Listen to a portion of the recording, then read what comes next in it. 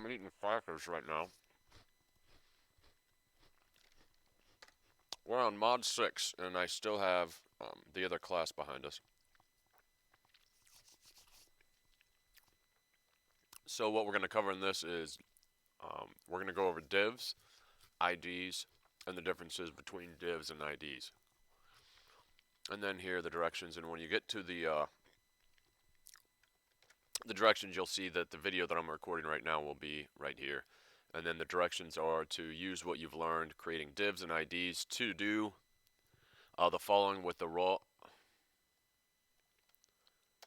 Dahl page and the Miles Davis page that we've been working on in the last couple of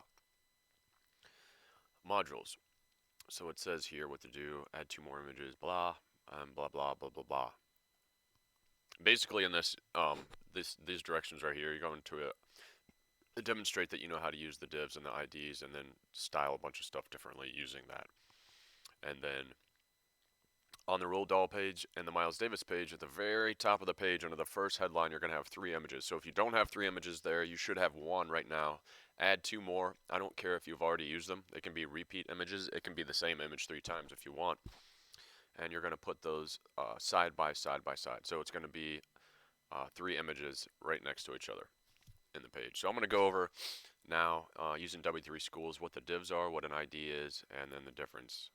The difference will just be explained as I demonstrate what they are individually. Alright, so first we'll do the div tag.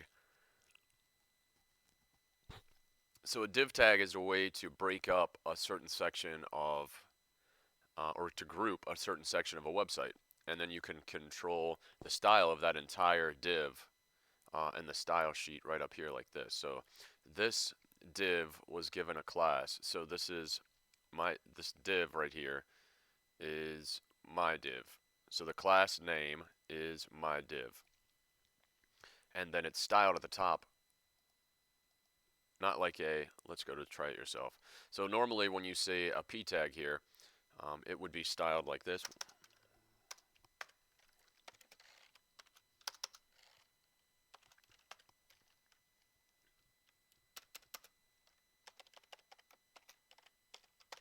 Alright, so let's run that and see what I just did.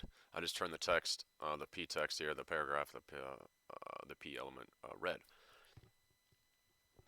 When you are referring to a style or a div in the style, you put a period before it. So that's the only difference up here is that. And here's the border. Once you know from, I believe it's module 3, how to style a border, you put the thickness of the border first, and then you do the style, what type of border it is, and then the color right here. So if I were to change this to blue, and then change this to, let's say, dotted, and then change this to 10. That's what we would get there. And then obviously the background color is self-explanatory. Let's say gray. And text align. Let's say justified. I don't know what that is. Justified. I think that's a thing. Let's see. Justified. Or left. Let's do right. And center. So when you're doing here's another cracker. This basically applies all this style to the entire element. So the entire element in this case is the H2 and the P. It's a very small div, this group I mean. But it styles everything here. If I were to add more, let's do this a couple times.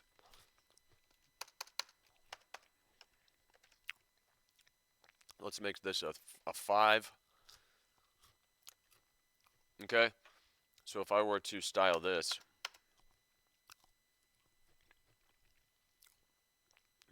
alright, so the advantage of this is to put it in a group.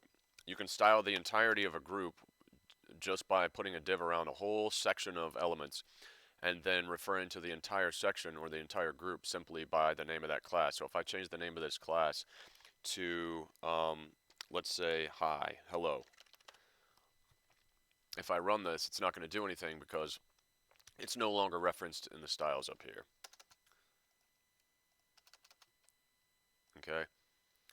So if I were to change this to .hello and then run it, now it applies to everything here. So let's do this again. I'm going to copy and paste this, and I'm going to add it underneath this p tag, and I'm going to change this to hello2, and then I'll copy and paste this underneath it, and I'll change the name of that to hello2, and then I'll change the styles here. Let's do 1 pixel, let's say dashed and green and purple, and run that and see what happens. So that's what that looks like here. You can see the dots. Let's see, I'll make these a little bit bigger so they're easier to see. And click run, and now that you'll be able to see that. But that is how you do a div. A div groups a whole section of stuff. So in the last module, I asked you to style the buttons different colors, but I forgot that I didn't teach you how to do that yet. So this is how you would do that. You could do it a number of ways. You could do it as I'm going to show you in the ID class, or you can do it in the div. So you could just add a div around a button, give the div a class name, and then style it up here. It's pretty easy. So now I'm going to go on and talk about the ID here. So let's go through this. The idea attribute specifies a unique idea for an element. So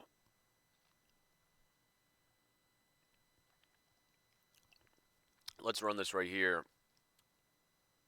So the idea, like this right here, is similar to a div and similar to a class, but this speaks to individual elements, not groups of elements.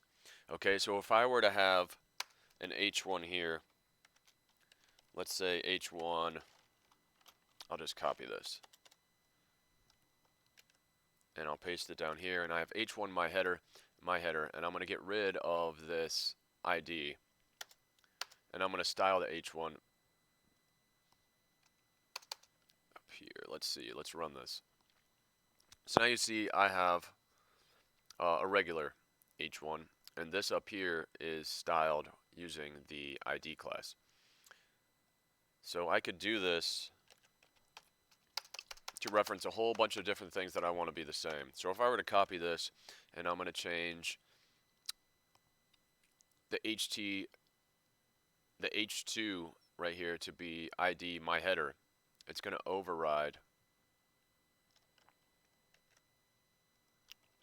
the standard, what standard h2 is. So if I run this, it's going to tell you that the h2 is obviously smaller, which is right here. Let's delete this. This is smaller, so it adheres to h1, h2, so it's obviously smaller than an h1, but it inherits the style that has been set up here by my header. If I were to do, let's say you have a whole bunch of headers. Let's say you have 5 headers, h1, 2, 3, 4, 5. Rather than going up here and styling each one of those headers differently as h1, h2, h3, h4, h5 to be the same background color, color black, padding 40, text line center, you could just add an ID and style the ID once. So this means that it kind of like groups them into the same family, where a div tag styles a whole group of stuff. The ID will give any element that you decide a certain style. So if I were to add it to, let's say, the p tag here, control V, and ID my header, and then I run that, now the paragraph is inside of this button right here. So a group or a div adds a style to an entire section, where the ID adds it to a certain element that you want to add it to. So there's slight differences. You can use them similarly. It's just, in my opinion, better to use them that way. A div, you would do a whole section or a whole group to add style to, and the ID you add to certain elements. And also up here in the style, a div, you add style with dot my header, but since this is an ID, it would be a pound sign or a hashtag, and then you run that. So that's the difference there. And if we go back to the directions, right, right here. So it says in here, using a div, that I want you to, like I explained at the beginning of the video, add 3 images to the top under the H1 of the Roald Dahl page as well as the Miles Davis page, and make them right next to each other in a 3-column grid. So I'm going to show you how to do that. It's very easy using the div right here. So let's look at it. So you have 1, 2, 3. You could basically copy and paste this in there, but I'll kind of explain it right now. So this is the box sizing. So this is just a generic style for box sizing that goes at the top that that defines that we're using a border box. So you're telling the computer that we're using a border box. That's this style right here. So if you go down a little bit, we've defined a row class and a column class inside of the div. So there's a div at the very top that's called row, which is 1, 2, 3. It's this entire section right here, and it ends at the bottom. So it's like a sandwich. Here's the top bread, and here's the bottom bread. And inside of it, there's this div,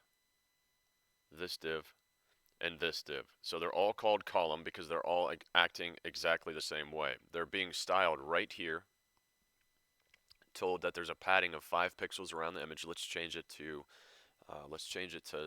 10 so you can see what changes apply when you do that. So run. As you see, the image gets smaller and the padding between them gets bigger. So I can change that back to 5. And obviously, if you divide 100% by 3, which is 1, 2, 3, you have 33.3333 for infinity percent. So that's right here, the flex. This defines the percentage of the space that the image is going to take. So right here here's one picture. So right here, it's the standard image source, image element right here. The width is 100%, 100%, 100%. That is given up here and defined by the percentage of the flex box that it's in. So that's image 1. This is image 2, and this is image 3. Again, they're all the same because they're being treated the same up here. And inside of that, the row is being defined right here as flexible. It's called a flex box. That's what this is right here. So that's pretty easy. You'll get the hang of it the more you use it. That's pretty much all that is involved there. Again, up here we're defining that we're doing a border box, the box sizing of border box. The row is going to be flexible. So let's see what happens when we change. So it changes when you change. If you're looking on this on a phone or a website that's really big or really small, it's going to maintain the 3x3 grid right here. And the column defines the percentage that each one of these images is going to use up. So if you wanted to do a column underneath it, so you got 1, 2, 3 here, and you wanted to do another one underneath it, 1, 2, 3, I would just copy this.